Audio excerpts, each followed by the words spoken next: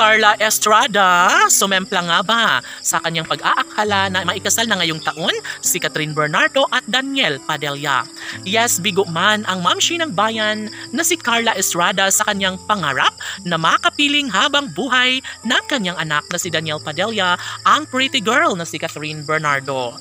Ito na nga talaga ang nasa isipan ni Ma'am Carla Estrada na magdesisyon na talaga si Daniel na tuluyang pakasalan ang pretty girl na si Catherine Bernardo. Ngunit sadyang pinaglaruan sila ng tadhana or sadyang kagustuhan ni Daniel Padilla na tuluyang mawasak ang kanilang pinagtibay ng panahon na relasyon. Siyempre, lahat ay kayang tugunan ni Daniel Padilla para lamang sa tunay na kaligayahan sa puso ng kanyang inang si Ma'am Carla Estrada. Ngayon nga ay sobrang na-depress ang Ma'am ng bayan na si Carla Estrada. Makikita ninyo sa kanyang Instagram account na talagang nagbabago na ang buhok ni Carla Estrada. Isang senyales na talagang hindi matanggap-tanggap ni Carla Estrada ang mga pangyayari sa relasyon ni Catherine at Daniel. Ngunit hanggang doon na lamang si Ma'am Carla Estrada at wala na siyang magagawa pa. Wala na siyang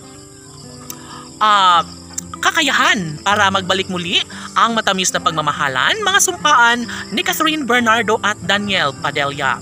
Siyempre, lahat naman ay kayang bumangon. Lahat ay kayang patunayan ni Catherine at Daniel na maibalik ang kanilang matamis na sumpaan para sa tunay na kaligayahan sa puso ni Carla Estrada. No, sobrang mahirap talaga na tanggapin ang lahat.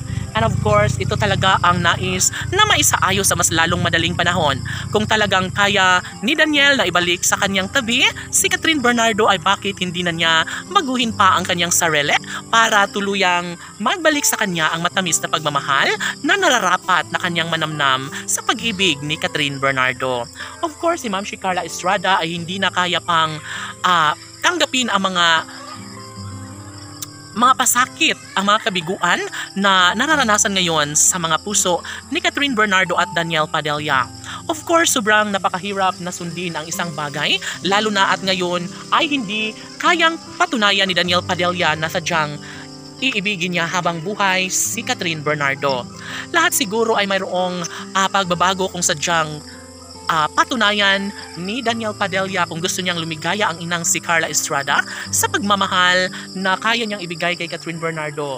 Komento ng mga netizens na naniniwala pa rin umano sila na talagang ang tunay na nakatadhana ay talagang si Daniel Padilla at Catherine Bernardo pa rin dahil ito umano ang kagustuhan ng lahat maging kay Ma'am Carla Estrada. Laban!